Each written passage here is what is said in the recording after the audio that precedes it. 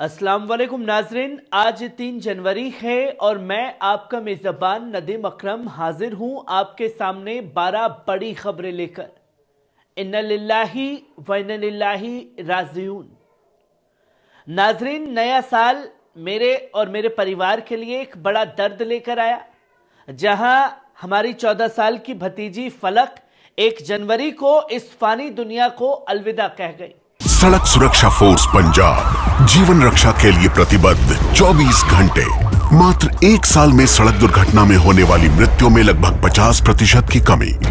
कुछ ਸਮਾਂ ਪਹਿਲਾਂ ਮੇਰੇ ਭਰਾ ਦਾ ਐਕਸੀਡੈਂਟ ਹੋਇਆ ਸੀ। ਸੜਕ ਸੁਰੱਖਿਆ ਫੋਰਸ ਨੂੰ ਕਾਲ ਕੀਤਾ 112 ਨੰਬਰ ਤੇ। ਵਿਦਿਨ 5 ਮਿੰਟਾਂ ਦੇ ਵਿੱਚ ਇਹਨਾਂ ਨੇ ਆ ਕੇ ਮੇਰੇ ਭਰਾ ਦੀ ਜਾਨ ਬਚਾਈ। ਜੇ ਉਹ ਨਾ ਮੈਨੂੰ ਉੱਥੋਂ ਚੱਕਦੇ ਤਾਂ ਹੋ ਸਕਦਾ ਸੀ ਮੇਰੀ ਮੌਤ ਹੋ ਜਾਂਦੀ।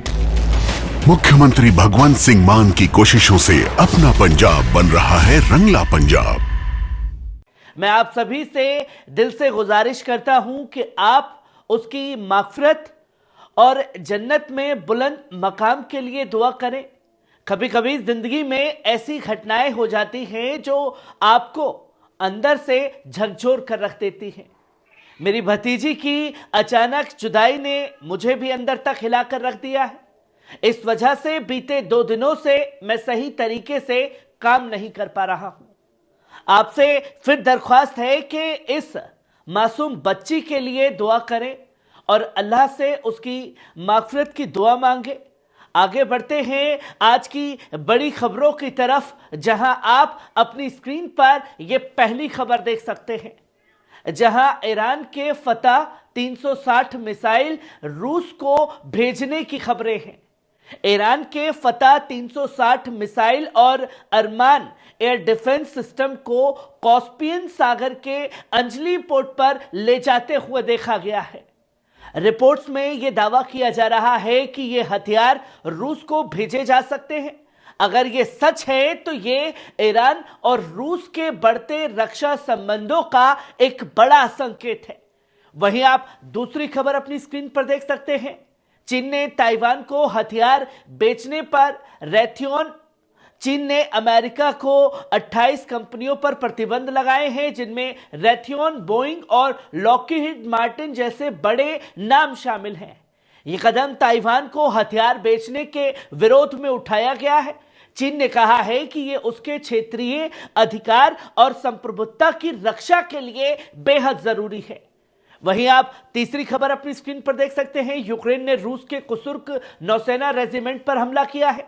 यूक्रेन ने अमेरिका से मिले हर्मिस मिसाइलों का इस्तेमाल कर रूस के कुर्स्क इलाके में नौसेना रेजिमेंट पर हमला किया है।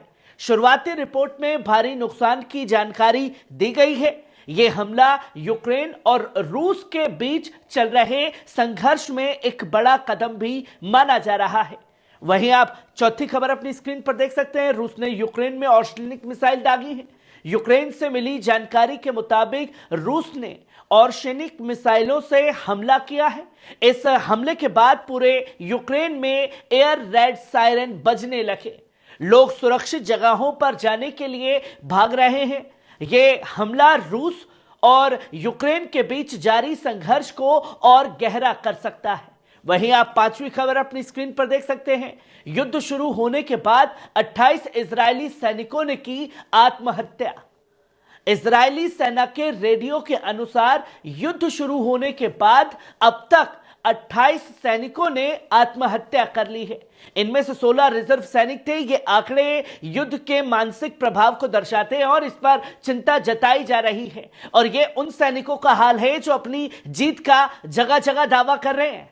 वहीं आप छठी खबर अपनी स्क्रीन पर देख सकते हैं। बशर अल असद की हत्या की कोशिश।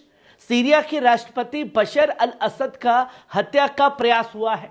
रिपोर्ट्स के मुताबिक उन्हें खांसी और सांस रुकने जैसे गंभीर लक्षण महसूस हो रहे हैं, जिसके बाद उन्होंने इलाज कराया। टेस्ट में उनके खून में जहर के निशान पाए गए हैं। हालांकि इलाज के बाद उनकी हालत अब स्थिर बताई जा रही है। वहीं आप सातवीं खबर अपनी स्क्रीन पर देख सकते हैं। स्विट्जरलैंड में बुर्का पहनने पर प्रतिबंध लगा दिया गया है। स्विट्जरलैंड ने सार्वजनिक जगहों पर चेहरा ढकने, खासकर बुर्का और नकाब पहनने पर आधिकारिक रूप से प्रतिबंध लगा दिया है। यह कानून व्यक्तिगत आजादी और धार्मिक पहनावे को लेकर नई बहस को जन्म दे रहा है। इस फैसले पर लोगों की मिलीजुली प्रतिक्रिया भी सामने आ रही है। पर सच तो दोस्तों यही है कि दुनिया भर में किस तरीके से इस्लामोफोबिया लगातार बढ़ता जा रहा है। वहीं आप 8वीं खबर अपनी स्क्रीन पर देख सकते हैं। चीनी सेना का बयान।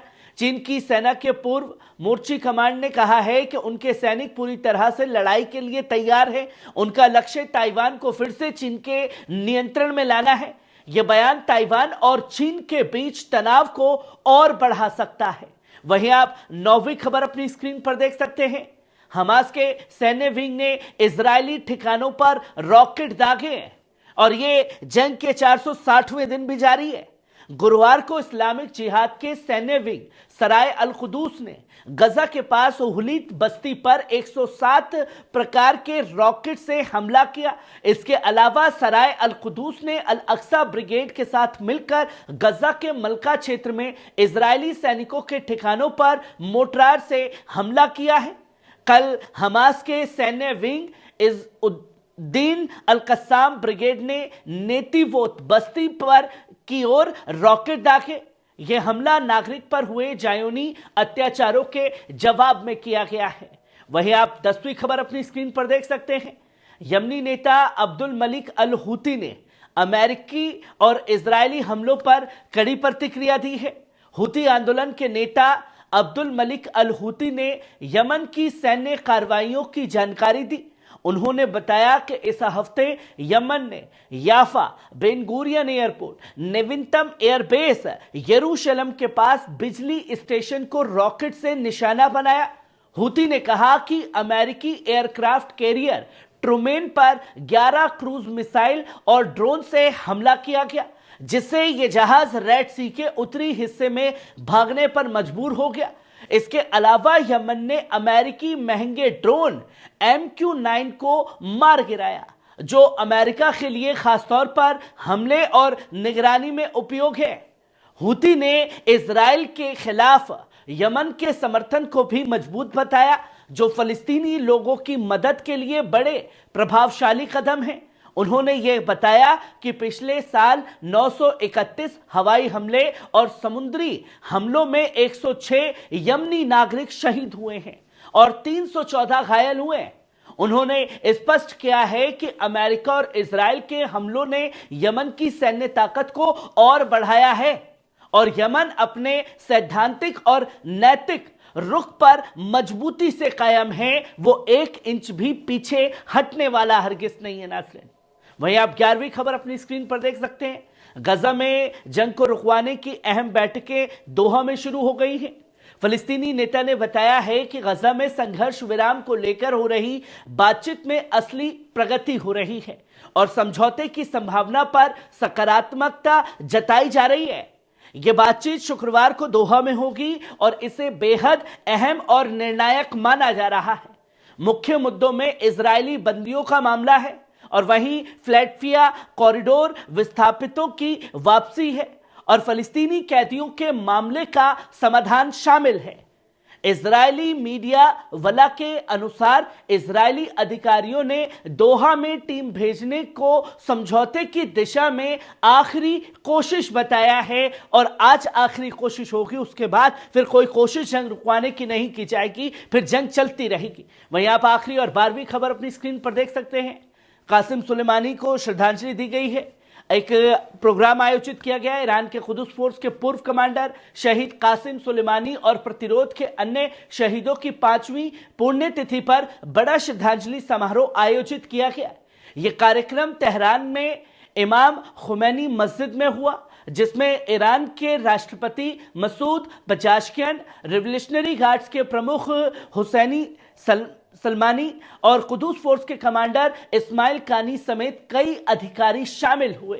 राष्ट्रपति बजाश्कियन ने कहा कि ईरान शहीद सुलेमानी के रास्ते पर चलते हुए देश को प्रगति की ओर से ले जाएगा और दुश्मन की साजिशों को नाकाम करेगा। इस मौके पर करमान में भी शहीद सुलेमानी की समाधि स्थल पर बड़ी संख्या में लोग पहुंचे और उन्हें श्रद्धांजलि दी गई। वहीं इसी बीच आयतुल्लाह अली खमेनी ने कहा कि सुलेमानी की रणनीति हमेशा स्थानीय ताकतों पर निर्भर रहकर प्रतिरोध मोर्चे को जीवित रखना था। उन्होंने यह भी कहा कि शहीद सुलेमानी का मकसद इराक सीरिया में पवित्र स्थलों की रक्षा, मस्जिद अल अक्सा की रक्षा और ईरान की धरती की सुरक्षा करना था। नाजरीन, ये थी आज की 12 बड़ी खबरें। कैसी लगी कमेंट बॉक्स में आकर के अपनी राय जरूर दीजिएगा। शुक्रिया।